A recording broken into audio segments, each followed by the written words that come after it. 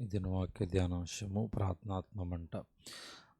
అతడు ప్రభు మార్గం విషయమై ఉపదేశం పొంది తన ఆత్మయందు తేవరపడి ధైర్యముగా మాటలాడనారంభించును. అపోస్తుల కార్యము 18:25. ఆత్మయందు తేవరపడి ధైర్యముగా మాటలాడిన అపోల్లోను గూర్చి పైవాక్యము తెలియచేయుచున్నది. ఆత్మయందు తేవరపడి అనునది ఆత్మలో మండుచు అని మూల భాషలో ఉన్నది. ఆత్మలో మంటను రేపు విధానమును ఇద్దరు భక్తులు అనుభవం నుండి మీకు తెలియచేయగోరుచున్నాను. బైబిలు క్రమముగా చదువువారి ఆత్మ మండుచుండెను. స్మిత్ విగిల్స్వర్త్ అను దైవజనుడు నిత్యము ప్రభువును స్తుతించుండువాడు. కేవలము 5 నిమిషములు కూడా దైవ ప్రసన్నత లేనిదే జీవించలేనని చెప్పేవాడు.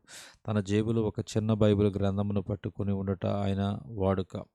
వీరుని బట్టి 15 నిమిషములకు ఒకసారి బైబిల్ గ్రంథం తెరిచి ఒక వాక్య భాగమును చదివి దేవుని స్తుతించుచు తనతో ఆత్మమంటను రగిలించుకొనుచుండెను. దాని ఫలితముగా మరణించిన 23 మందిని ఆయన సజీవులుగా లేపగలిగెను. సాధు సుందర్ సింగ్ గారు మనలో ఎక్కువ మందికి చిరపరయస్తుడు. ఒక పర్యాయము ఆయనను ప్రేమించి ఒక కుటుంబీకులు మధ్యాహ్న భోజనముకు ఆహ్వానించిరి. తాను మాటిచ్చిన ప్రకారం సమయానికి చేరుకున్నాడు. వంట పూర్తి కానందున ఇంటివారు ఒక చోట కూర్చొనబెట్టారు. అయితే సమయమును సద్వినియోగము చేయగోరిన సాధు సుందర్ సింగ్ అక్కడనే కొంచెం మరుగైన స్థలముకు చేరి ప్రార్థించెను. వారు కూర్చొనబెట్టిన చోట కనబడనందున దిగ్భ్రాంతి చెందిరి. అటు ఇటు చూడగా ఆ గది మూలలో నిటారుగా మోకాల మీద నుండి ఆయన ప్రార్థించెను. సాధు సుందర్ సింగ్ గారు కొన్ని నిమిషములు కూడా వ్యర్థము చేయుటకు ఇష్టపడేవాడు కాదు. ప్రార్థన ద్వారా దేవునితో సంభాషించుండిరి. తనలోని ఆత్మమంటను రేపుచుండిరి.